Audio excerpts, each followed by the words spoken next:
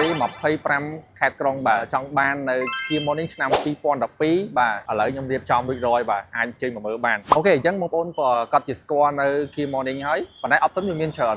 ប៉ុន្តែប្រភេទ option Sport គឺជា option មួយដែលខ្ពស់អញ្ចឹងវាមានអីពិសេសខ្ញុំនឹងបង្ហាញជូនបងប្អូនអញ្ចឹងមួយគ្រឿងនេះគឺ2012ពណ៌ទៅដល់គោបាទអញ្ចឹងប្រភេទ Sport គឺទី1យើងមើលទៅលើនេះ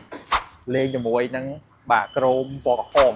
សិនពីការ៉េមកតែម្ដងបាទហើយមានគុជឥឡូវអញ្ជើញមកចិត្តតិចបាទគុជនេះស្អាតជាទូទៅ option ធម្មតាគឺមានជាប្រភេទ laser ប៉ុន្តែ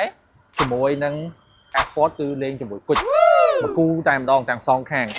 ហើយបងប្អូនអាចមើលផែនឡានបានបាទ Kia Morning ប៉ុន្តែជាប្រភេទសំណុំជើឡានអត់ច្រេះអត់បុកអត់ប៉ះបដូរស្ងោពណ៌ទេបាទនិយាយទៅធានាជួនពីការ៉ាស់ KO តូអញ្ចឹងអញ្ជើញមើលខាងក្នុងបាទនិយាយទៅទឹកឆ្នាំជួសតិចតួចបងប្អូនអូរៀងលះហៃតិចយើងនឹងធ្វើការជួសដើម្បីឲ្យស្អាតវិញណាបងប្អូនបាទមកល្មមបាទខ្ញុំកម្ពស់ប៉ុណ្ណឹងអាចបើកបោបានសំឡេងគឺស្រួយស្ងាត់តែម្ដងបាទគីឡូវិញតើ67000ទេបងប្អូនបាទហ្នឹងហើយគីឡូតិចមែនតែនបាទមានវ៉ូលីមជាកូដបាទមានមញ៉េអាយ៉ែក្រោយអាចមើលបានបាទ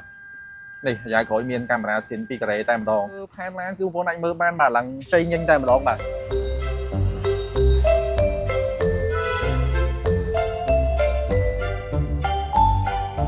មិនចេះតែនិយាយលើកតែជាការពិតអូខាងក្រោយទីខ្ញុំចង់បង្ហាញបាទប្រភេទSport គឺនេះវាលេងជាមួយនឹងនេះតិចបាទហើយគាត់លេខ2ការ៉េមកទេហើយប្រភេទ Sport stop ខាងក្រោយនេះបងប្អូនអាចមើលឆ្នោតបានណាអាចមែនតើណាខុសពីប្រភេទ option ធម្មតាហើយមួយទៀតគឺកាងក្រោយនេះបាទលេងជាមួយនឹងឆ្នោតខ្មៅបាទយើងឲ្យតែខ្មៅគឺប្រភេទ Sport ហើយជាមួយតម្លៃគឺ90ស្ដើងបងប្អូនបាទវារៀងតម្លៃខ្ពស់ជាង option ធម្មតាតិចប៉ុន្តែបងប្អូនទទួលបាន